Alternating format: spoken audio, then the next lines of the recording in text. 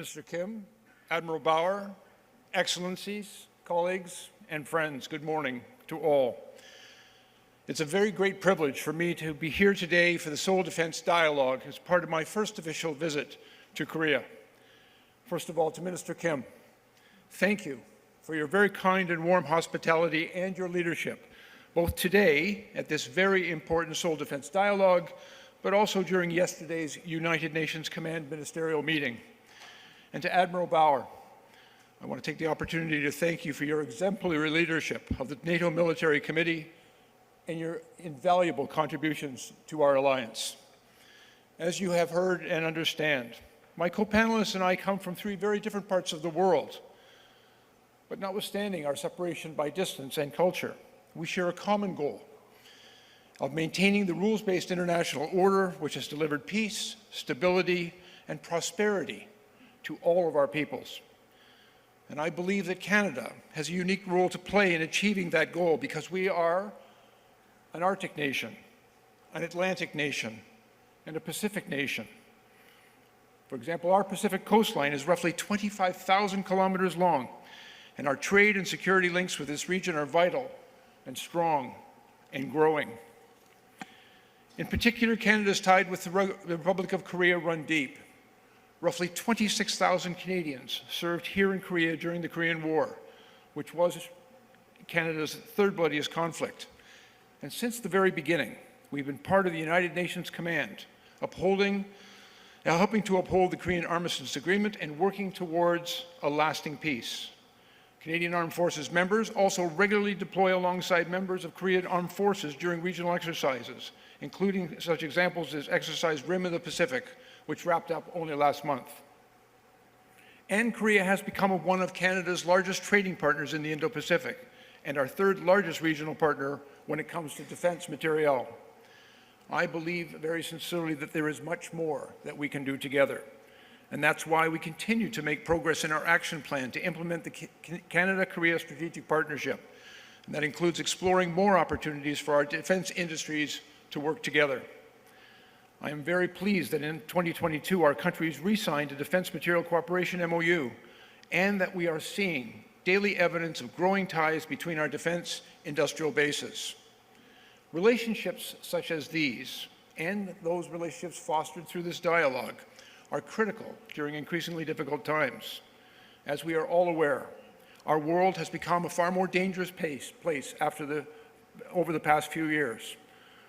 A number of crises, including Russia's illegal invasion of Ukraine, the Israeli-Hamas conflict in the Middle East, are all most obvious evidence of the challenges that the rules-based order is facing in today's world. Here in the Indo-Pacific, we are seeing China undertaking the most rapid military buildup of any nation since the Second World War. And it appears to intend to reshape the international system to suit its own goals. And as we've seen in the last few months, China is challenging the freedom of navigation of the South China Seas, a waterway that is critical to regional and global prosperity. And it has on occasion repeatedly and dangerously obstructed the movement of Philippine vessels. They clearly openly aspire to unite with Taiwan, and we believe very strongly that any instability in the Taiwan Strait will have a devastating effect on global economy. And closer to my country, China has deployed an increasing number of dual-purpose research vessels and surveillance platforms collecting data about our Arctic North. And in the Arctic, we are seeing China is working hard to increase its economic and military presence in cooperation with Russia. It is clear that on matters of security, China's interests may increasingly diverge from our own. But I think it's also essential to prevent misunderstanding. Clear communications with China is vital. And I took the opportunity just this past June to hold our first meeting between a Chinese and Canadian defense minister in over 11 years. And during that dialogue, I had the opportunity to make clear that foreign interference cannot be tolerated and express some concern about China's military activity around Taiwan. But we were able to agree together that there is a need for dialogue and cooperation in order to avoid conflict. Likewise, we recognize the continued threat posed by North Korea. This includes the DPK's buildup and testing of ballistic missiles and weapons of mass destruction. Canada unequivocally condemns these actions in no uncertain terms. And we've taken action by imposing sanctions on North Korea along with the UN Security Council sanctions, which the Canadian Armed Forces uphold through Operation Neon.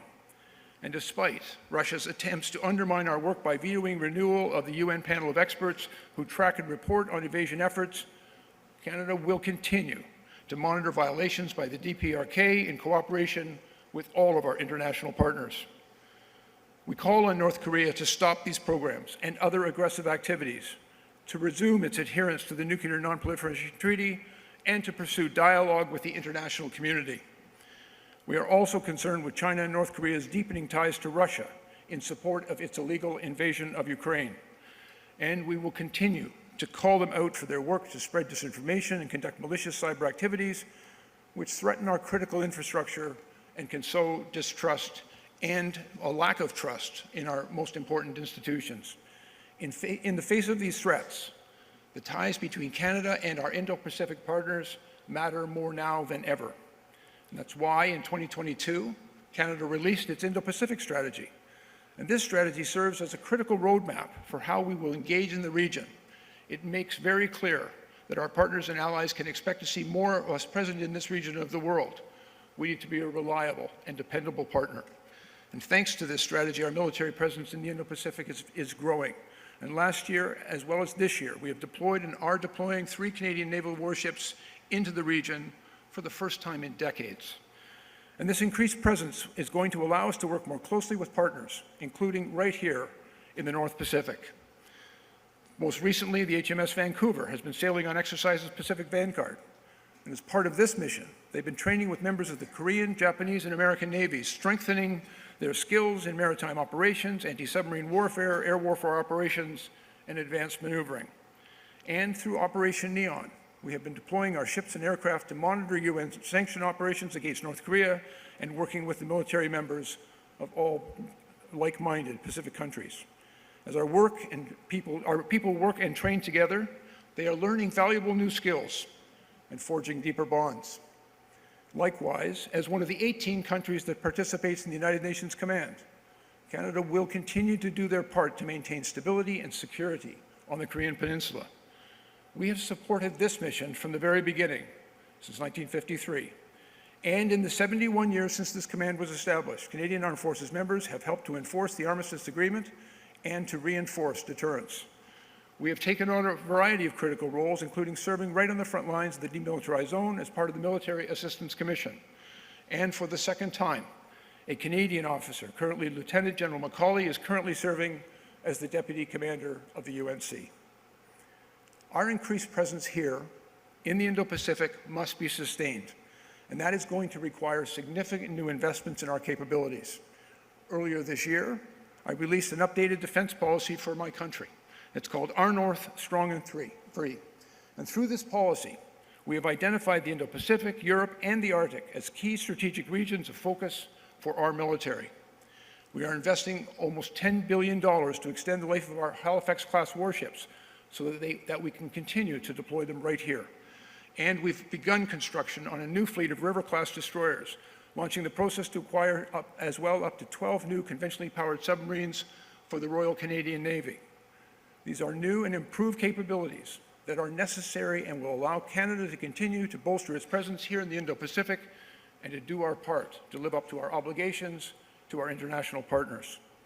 They will make us more interoperable with our closest partners, and they will continue to contribute to deterrence.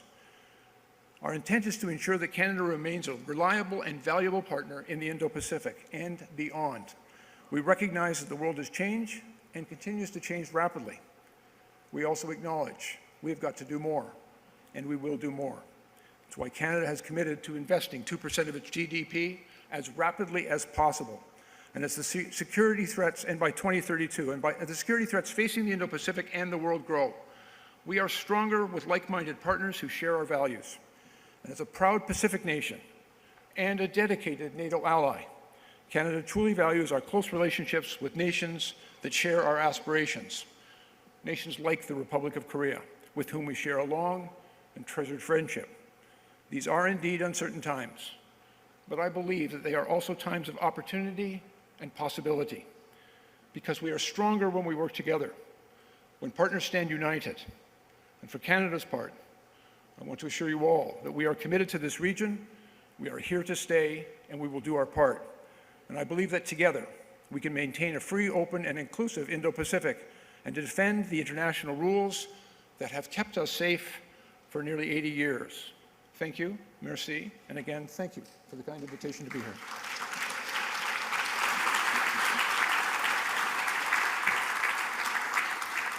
Now we are moving into the second round for interactive discussions. Let me turn to Minister Kim first.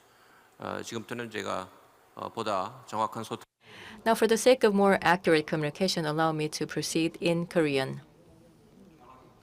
Now then, Minister Kim, once again, congratulations on taking your new post. Thank you.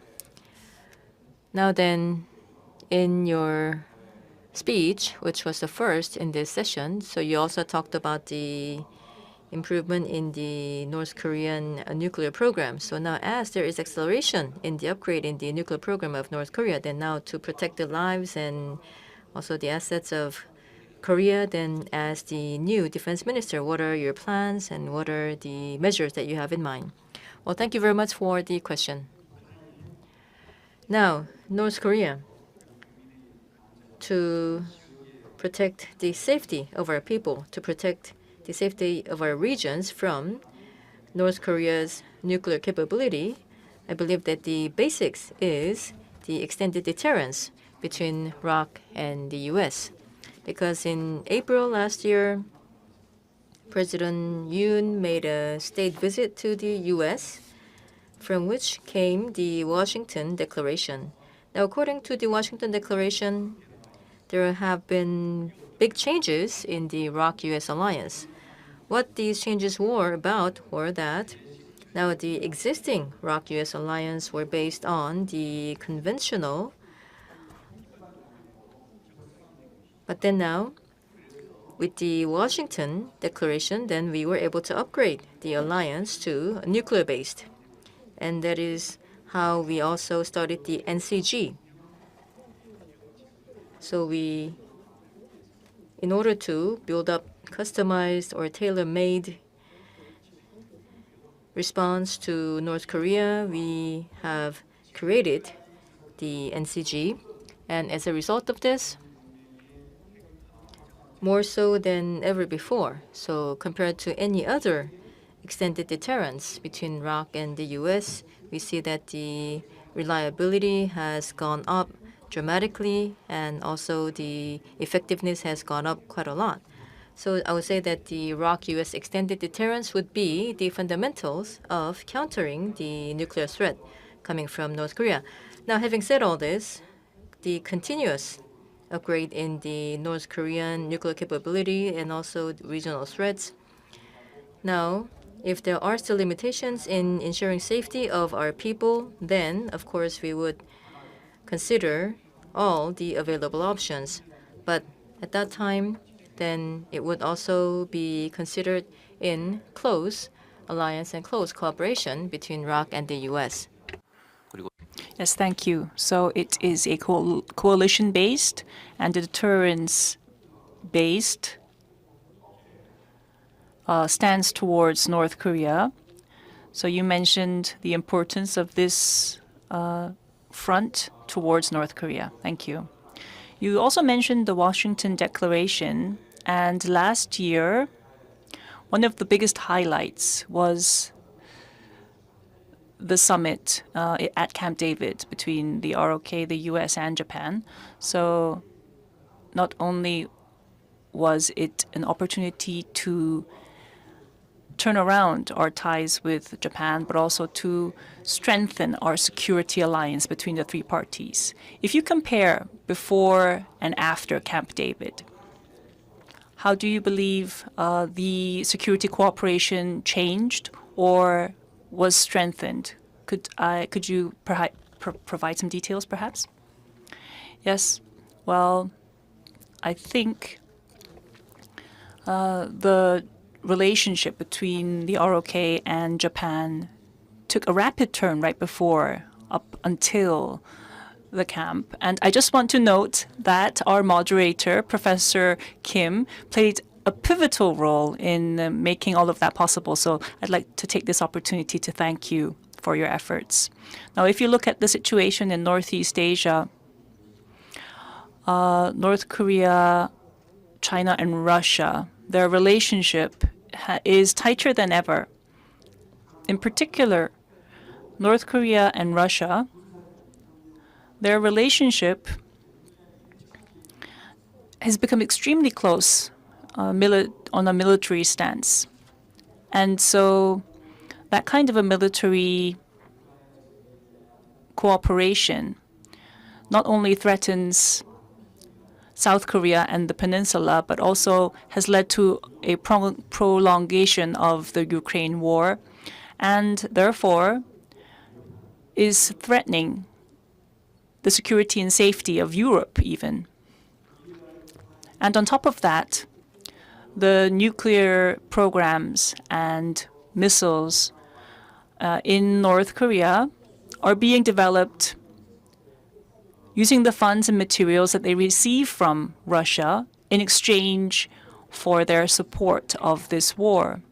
And that has been used to advance their nuclear and missile programs. So there is a lot of advancement in the nuclear and missile programs in North Korea day by day. And that not only threatens the peninsula or the U.S., but it means that no country in this world is free from the threat of nuclear attacks. Why? Because if these warheads can be attached on ICBMs, then their range is worldwide, which means that the situation in Northeast Asia is extremely grave. And if there is an effective response towards that, it is a stronger coalition and cooperation between the U.S., ROK, and Japan. And so that's why the Camp David summit last year with the leaders of the three countries opened a new horizon. And that horizon, of course, didn't open automatically. It was only possible because our relationship with Japan took a turn for the better. Up till then, historical issues had strained the relationship. But over 2 years, our president had no less than 12 summit meetings with Japan, and that served to improve the relationship, which led to new horizons being opened at Camp David. That's my view. And I think the new horizons that were open led to the military cooperation framework between the three parties. And one of the key focuses of that coalition, of that agreement, was to keep the safety and security of this region against possible attacks from North Korea. And also, through this framework, we also want to bring about security in Northeast Asia and also the Indo-Pacific. Yes, thank you. 한 가지만 더 드려도 될까요? Thank you. May I ask one more question? Now, as it happens, yesterday, so there was the UN Command Ministerial Meeting, which you hosted. Then now, internationally, there appears to be growing interest in the UN Command.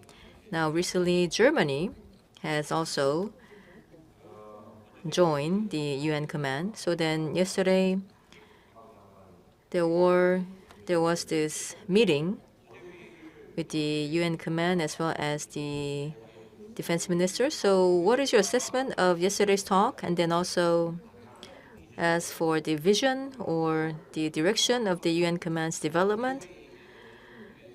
Now, Korea, strictly speaking, is not a member of the UN Command. It is a host country to it, where the UN Command is located. But then, once again, now, in terms of the direction that is envisioned for the UN Command. 우선 제가 Yes, well, before I go into the details I want to note that in 1950, because of a attack from the communist north, we lost our freedom, and in 3 months we were on the verge of becoming a communist country.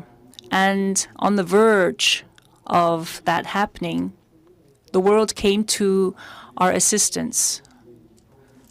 22 members of the UN, including the US, and about 2 million troops came to the rescue to keep our safety. They came without knowing where we were located. Some of them even did not know the name of the country that they were coming to serve, to protect. And of them, 140,000 troops lost their lives. And as a result, thanks to their contributions, thanks to the sacrifices and the blood that they shed, we were able to reach where we are now, this freedom and democracy. So I'd like to take this opportunity to thank the member states of the UNC from the 22 countries. Thank you so much for your contributions. And also from the international community, there were countries who were not able to deploy troops or materials, but who were with us in spirit. I really want to thank you all.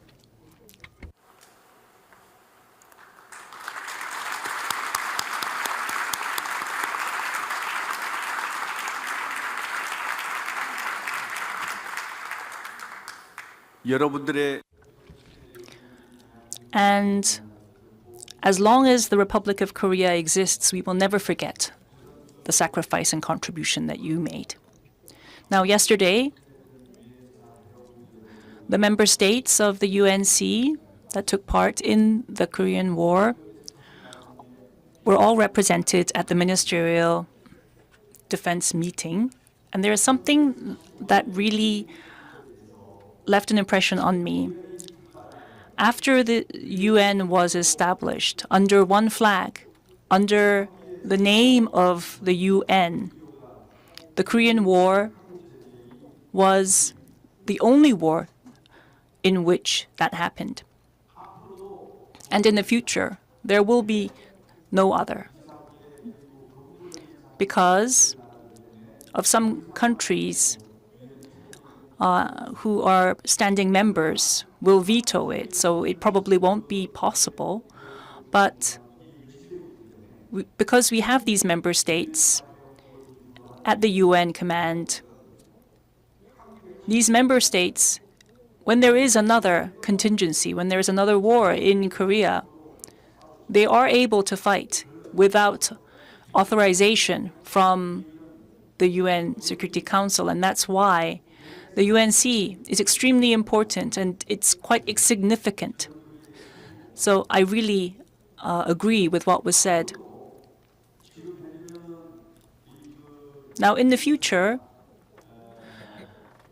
the UN command is here to maintain the armistice agreement because North and South are facing off each other. So they are here initially to make sure that the armistice agreement is maintained, and also they are supporting various activities. However, in contingency, if there is a war, then they will serve as a system to defend against attacks, and it's extremely significant because that is unprecedented in the world. And such a system to be there, and also to have such a system that upholds the value of freedom, and to have countries together to fight against forces that try to undermine freedom under the name of the United Nations, under one flag, then I am sure that we will be able to keep world peace. So that was one expectation that I have for the future. And therefore, we want to make sure that this ministerial defense meeting of the UNC becomes regularized, and we want to make sure that that meeting becomes a platform of defense not only in the Indo-Pacific but also for global security as well, so that we can serve peace and security through that platform. 감사합니다. 아주 상세한 Thank you very much once again, Minister. Thank you very much for your very detailed answer about the role and the vision for the UN command. And personally speaking, yes, I must say that I fully agree. Minister Blair. I think that you have enumerated many examples demonstrating Canada's commitment to regional peace of the Indo-Pacific region in particular. As you know, there exist many so-called minilateral groupings in the region, such as we just discussed, Korea, Japan, U.S. Trilateral security cooperation, and Quad, and AUKUS, and Five Eyes, to name a few. Among these minilateral groupings, which one do you think has the largest potential to contribute to regional peace and stability, and which one is the most appropriate if Canada joins as a plus member and increase Canada's commitment to the region? Use the microphone, please. Yes. Indeed. Thank you for the question. And it is an interesting one. Certainly, I would agree and make the observation that the situation, for example, in the North Atlantic, and we talked a little bit, and I'll speak a little bit more about, frankly, the unity of the NATO alliance and how important it is. But the environment here in the Indo-Pacific, the nature of strategic competition that takes place here, quite frankly, in the North Atlantic alliance, it's essentially a bipolar environment. And what we see here in the Indo-Pacific, it's more of a multipolar environment. The nature of strategic competition, but I think this lattice of alliances that is beginning to develop here reminds me very much of what took place following the Second World War in Europe. In 1949, 75 years ago, 13 initial countries came together and signed on to the North Atlantic Treaty Organization. And in the ensuing 75 years, we've seen a remarkable growth in that. And I would also make the observation, in February of 2022, when Russia invaded Ukraine, I think their intention clearly was the illegal invasion of that country. But I think part of their intention was to sow disunity and division within NATO. And in that ambition, they have failed remarkably. Because one of the things that I have observed in NATO, and I'm sure Admiral Bauer could emphasize this even more than I, but that conflict reminded all of the NATO members of our common values. And it reminded, as Admiral Bauer said earlier, the remarkable strength in unity. And what we have seen is it has encouraged NATO to continue to grow with the advent of 2 new members, Finland and Sweden. But we have also seen all of its individual members step up more. They're increasing their production, they're increasing their contributions. The dialogue that particular crisis has engendered within NATO, I think has had the perverse effect, not intended by the Russians, but to strengthen the alliance. I believe the same polycrisis environment that the Indo-Pacific is facing creates a real opportunity to create these dialogues. I think this forum, the Seoul Dialogue Forum, also creates an opportunity to people of shared values, common interests,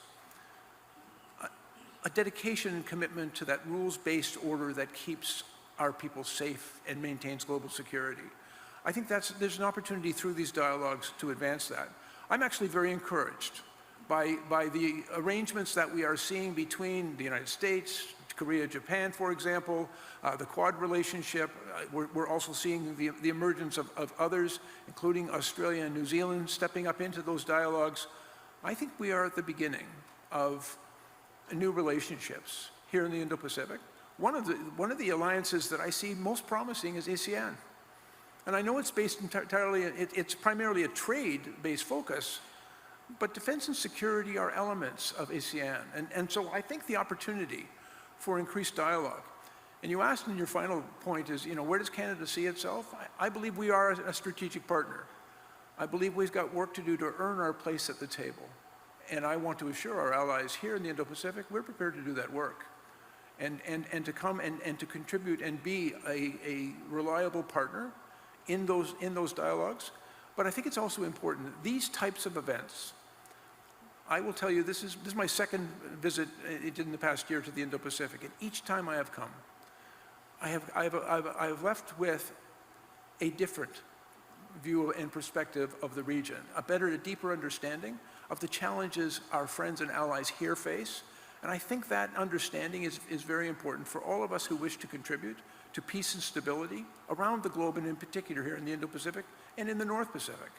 And so I'm encouraged on the path that we are on, and I think it is contrary to what our adversaries intend. Their intention is to divide, to sow disunity, and to distrust in our institutions. And instead, what we are seeing over time is that we are coming together stronger, more united, and resolved to maintain those rules which has kept us all safe. And so I'm encouraged by this dialogue, but by the commitment that I see in all of our friends and allies in the region, and the openness. I think the sharing of information, the way we exercise together, the way we collaborate and cooperate, even the relationships that is emerging between our industries, all of those are pathways to greater unity and greater strength.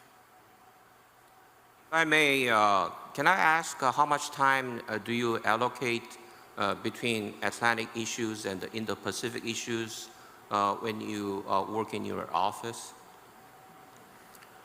50-50 or 60-40 or something? Well, it's interesting. I recently published, as I mentioned in my remarks, a new defense strategy for my defense responsibilities. But it's also a foreign policy strategy, and it's also an industrial strategy. I think that's necessary in today's world. I will tell you that my country's focus on the Indo-Pacific has now, in many respects, has taken a very strong, if not center stage. We are clearly very concerned with the war in Ukraine.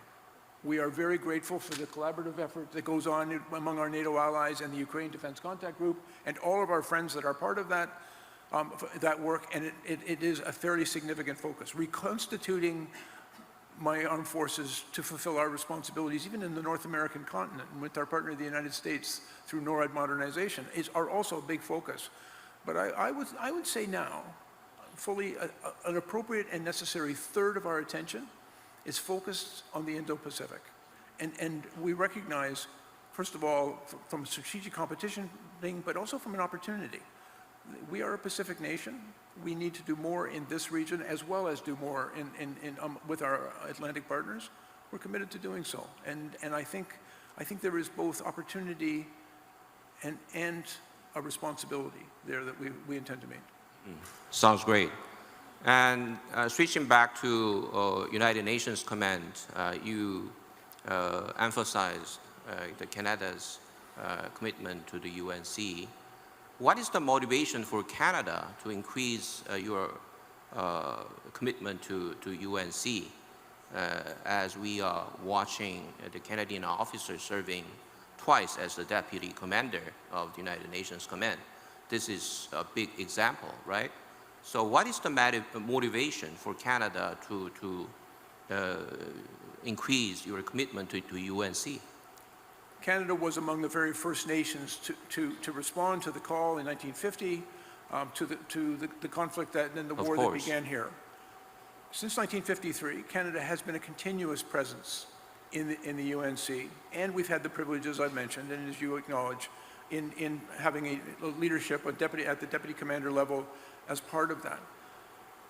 Canada's history in peacekeeping operations and working with our partners in the United Nations is something that my nation is proud of. So you are number one in Well, peacekeeping operations, kind of ideas. It is something that we are proud of. Almost all of the work of the Canadian Armed Forces has been expeditionary. We have been very blessed by our geography. We are separated by 3 oceans and vast distances. But much of our engagement with the world has been expeditionary and in partnership. And we're proud of that history. We also recognize the important work of the UNC. The stability, prosperity, and peace in the Korean Peninsula is not only important to the region, it's important to the world. And Canada, we believe very strongly that we have a responsibility there, but we also see an opportunity to continue to grow in the UNC, that it modernizes and evolves. And we believe a closer integration with the Republic of Korea, in better information sharing, better cooperation, is also a path to greater stability and peace. And so we are also committed to that relationship, not only as it currently exists, but to continue that in its involvement so that it continues to serve the purpose of maintaining peace on the peninsula, but also stability throughout the region and the world. Excellent. Lastly, my last question is, you briefly mentioned the importance of military-industrial cooperation. At the same time, you pointed out the Arctic. It sounds interesting to me. Arctic is one of 3 key strategic kind of a focus for Canada's military, right? So, where can we explore the possibility of cooperation between Canada and Korea in those 2 areas, Arctic and military industries? Well, I think the connection clearly between the Arctic region and the North Pacific are very clear in relatively close proximity. But if I may, just add a little context. I think for very many years, if we all look at our maps of the world and we see the Arctic at the top of the map, but we don't really see it. It's rather interesting if you turn that map a little bit and put the North Pole right at the center of it, I think you might get a very different view of world, of the strategic significance of the region. We are also seeing in our Arctic, as a result of climate change, the area is becoming far more accessible than it was in the past. And in fact, the Arctic region is warming at 4 times the global average. We believe that in the next 30 years, the Arctic Ocean could become the main point of transit between Europe and Asia. So its strategic importance is evolving, and it's becoming far more accessible.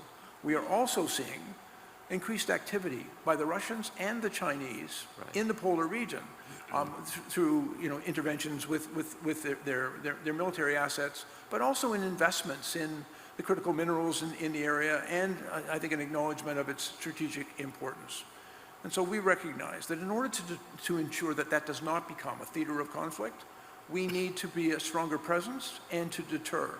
We also see that there is a strategic value in our relationships with Korea, with Japan, with the Indo-Pacific, certainly with our NATO allies. There's obviously an increasing dialogue among northern defense ministers within the NATO alliance about our collective responsibilities there, but that responsibility does not simply end between North America and Europe. I think there is an Asian component to that. I think that we all share a long-term strategic interest, and I think that there are opportunities for us to work more collaboratively together as that region becomes more accessible and therefore more vulnerable to potential exploitation or adversarial actions among some, that it is going to be necessary for us, united with our closest allies and friends, that we be strong in the region. And I think there's also opportunity in the Arctic that we want to see realized in a very responsible way. How about defense industrial cooperation? And your defense industry comment, I had an opportunity to meet with some of your defense industry people just this morning, and it's a conversation both Mr. Kim and I have had earlier as well. There is a remarkable capacity within Korean defense industry, very advanced capabilities. one of the things that we are seeing in the NATO alliance, certainly in Canada and throughout among all of our allies, is we recognize production is deterrence. We all need to do a better job of producing not just the platforms, but the munitions and the new technology, emerging technologies. I think opportunities to find ways to collaborate more closely. The world is becoming a smaller place in many ways. And I think there is, in my experience, great opportunity to create better relationships between my industrial base and Korea's industrial base. I think there are many outstanding things that we can do together. And I think one of the things we have learned, particularly in response to Russia and China's enormous investment in the reconstitution of their military, is that we all have to do better. And I would make the observation, we do better. We're more effective. We can achieve remarkable things when we work together to achieve those things. When we work separately, we have limited success. When we work together, I think the possibilities are limitless. Very good. Admiral Bauer, thank you for waiting. You know, let me ask a somewhat provocative question. Former President Trump, now the presidential candidate for the upcoming U.S. elections, kept saying that he could end the Ukrainian war in one day, which means he's no longer interested in supporting Ukraine militarily and economically. If he wins and the Ukraine war is terminated in one way or another, what would be the reaction of non-US member states of NATO? It's a perfect question for a military man. I think first and foremost, President Trump is a candidate in the elections in the United States, in the coming elections. And as we all know, politicians that are participating in an election say things that not necessarily end up becoming policy in their government if they win the election. So I think that's one. Second, what is very important is that there is a broad support amongst the American people and even amongst both parties on both sides of the aisle for Ukraine and to support Ukraine. So I think it is unlikely in that light that the US as a country will stop supporting Ukraine. Now if, and I ask this, I say this into the room to all the countries that are present, if an aggressive nation would attack and invade your nation and take about 20% of your nation, and the rest of the world would say, sit down at the table and talk about giving away what was taken and end the war because we want it to stop, then I'm curious what the answer of all the nations will be actually. Because that's what we ask from Ukraine, basically, if we say, stop the war now. If the Russians stop the war now and go home, the war is over. If Ukraine stops the war now, they have lost their country. That's the difference. So they are fighting for their existence. And that's why we have to continue to support them with the 50 nations that are doing that now, with money, with non-lethal support, with lethal support. And I think it's extremely important that we continue to do that, because a permanent member of the UN Security Council broke one of the most important rules, which is to invade a sovereign nation with internationally recognized borders. And so I would be extremely surprised if the US would have an interest in allowing Putin to win that war. I don't think so. So again, we'll have to see what happens, first and foremost in the election, who is going to win, because there's a lot of ifs in your questions. But that would be my answer. Okay. Then, as a follow-up, how would you assess the intention of Russia in the years to come? For example, if Ukrainian war is over, still Russia will be continuing kind of, if I put territorial ambitions to other countries such as Baltic states. The reason why I'm asking this question is how the end of Ukrainian war will be affecting Russia-North Korea military cooperation. If Russia has no longer that kind of a territorial ambition any longer, then Russia-North Korea military cooperation will become kind of meaningless. Otherwise, Russia and North Korea will continue to cooperate with each other to satisfy mutual interests, particularly to satisfy Russia's more and more ambitions in Europe. I mean, if Russia is saying now one of our best friends is North Korea and Iran, I don't think you're in a good position. So the question, of course, is, are they real friends? Are they sharing the values? Or is it a form of cooperation which is based on, interests and short-term interests, basically?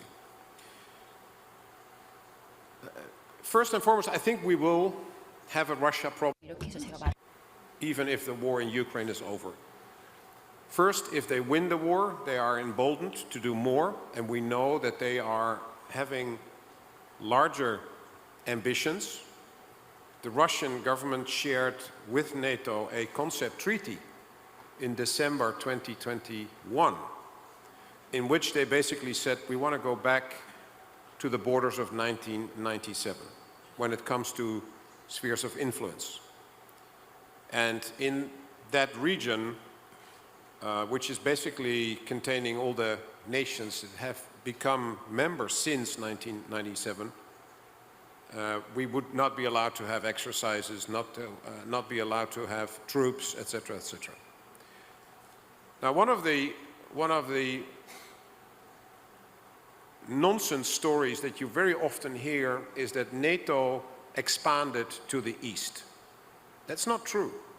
Nations east of NATO, of the then NATO, based on their own desire and in their own interest, wanted to join the alliance. They could have done other things. They could have gone back to Russia, they could have become unaligned, they could have gone neutral, but they choose, out of their free will, to join the alliance. And the alliance then, with the open door policy that we have, allowed them to. So this is the result of the choice, as Minister Blair said, 12 nations we started off, now 32. That's not because we conquered those nations, that is because those nations choose to become a member out of their free will. So we will have a Russia problem because we know the Russians have larger ambitions. If they win the war, they're emboldened. If they lose the war, they're frustrated. So we will have a Russia problem for the foreseeable future.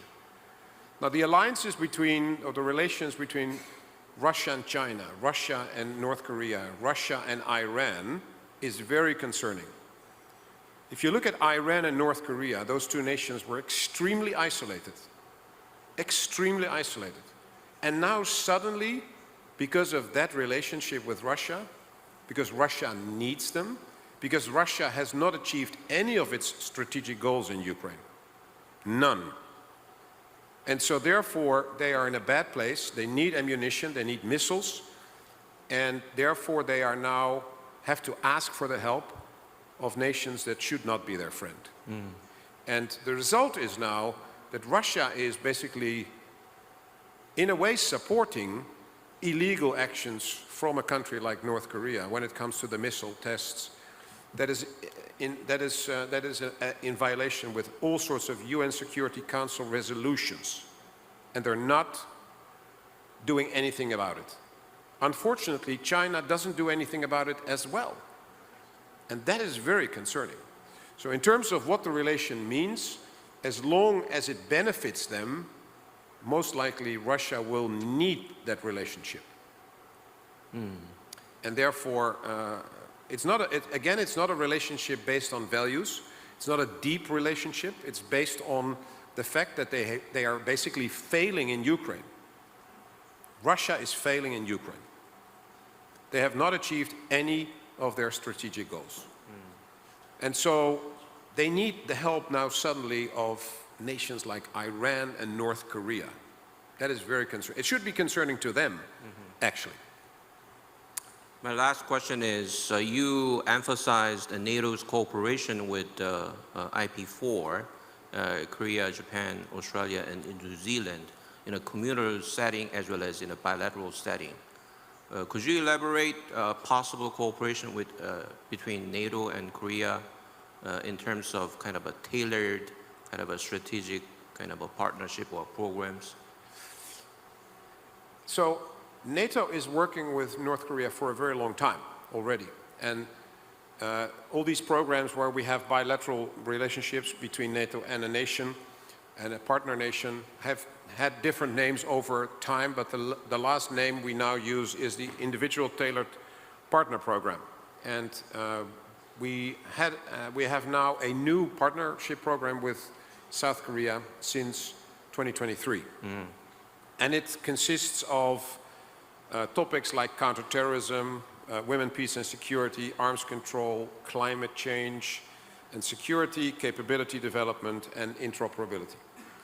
Now that, it's sort of an umbrella document, and it is now, we are now looking to make this more and more practical and to actually find topics together with which we become better, both of us, both NATO and South Korea. And then the IP4 nations, which is Japan, South Korea, Australia, and New Zealand, have this flagship discussions in the summit. The leaders of those four nations have joined now for the third time the NATO summit, first time in Madrid in 2022, in Lithuania in 2023, and now in Washington in the US in 2024. And the topics that we're discussing there is the continuation of the support to Ukraine, secondly, cyber defense, thirdly, hybrid threats like, and amongst them, disinformation, and fourth is technology, amongst them the discussions on artificial intelligence. So those are all topics where we both see benefit in working together, and we can learn a lot from South Korea. And I'm convinced, because of the fact that these cooperation forums are there, that it's the other way around as well. So I think the trick now is to go from this sort of larger discussions on topics to more and more practical cooperation. Excellent. Time is running out, so if you don't mind, let me take just one question from the floor. If you have really desperate question, please raise your hand. Otherwise, I will wrap up. Okay. Please identify yourself. Please deliver a microphone to him, to the gentleman. Any microphone? Where? Yes, microphone is coming. Mic is coming. Yeah, please run. Yes. Hi, good morning. Annyeonghaseyo. I'm Daud from Malaysia. The chair of Military Committee from NATO mentioned that the international rules of law applies to all, and all speakers did elaborate and emphasize on the Russian aggressions against Ukraine. With reference to that ongoing conflicts as the central comparisons, or with any other UN resolutions or ICJ and ICC findings on war crime, can you share, or in your opinion, what are the international laws which have not yet been violated or disrespected in the ongoing conflicts between Israel and Palestine? Thank you. 감사합니다. Admiral? The question Well, I think there is a number of differences. I think if you look at Ukraine and Russia, Russia invaded a sovereign state, and then Ukraine responded to that. Hamas attacked Israel on 7 October, and Israel responded to that. So it's not that Israel is the aggressor per se. They didn't start that. That was Hamas. And when it comes to the rules-based international order, there's all sorts of differences when it comes to, and I think we should have a much more balanced discussion on that in many cases. Because if you look at a conflict, if, for example, a command post is even in a building like a hospital, it becomes a military target in accordance with international law. Now, the amount of violence you use is something to be discussed. But the fact that it is a target is in line with international law. So I think we need a much more balanced discussion here. And so I'm not going to answer this in any specific way as you asked. But I think it would be very helpful if we would also talk with Gaza and Israel war, the fact that Hamas is endangering its own people in a way that nobody talks about. I'm not saying that Israel is doing everything right, but I would prefer a much more balanced discussion than only looking at the people that suffer from the conflict in general, which is not good. Don't get me wrong. I'm not saying Israel is doing everything right, but I think we should have a much more balanced discussion on also the actions of Hamas. Okay, I believe, I'm pretty sure the first session has set the stage very successfully. As a Korean, I would like to emphasize Korea has been a beneficiary of rule-based international order. I think this is a high time for Korea to transform itself from the beneficiary to the guardian of rule-based international order. But as you know, this won't be possible for Korea to do it alone. It requires international cooperation. It requires unity with liberal democratic countries, as Admiral Bauer emphatically pointed out. So in this vein, I think NATO and Canada, who is a dedicated ally of NATO, and also dedicated, the member state of United Nations Command, are perfect partners of Korea. So in this sense, we will have to continue our cooperation for all of these dedicated kind of efforts to protect rule-based international order and also to deter wars in the international community. So on this optimistic kind of a note, let me adjourn this session. Please give them a big round of applause.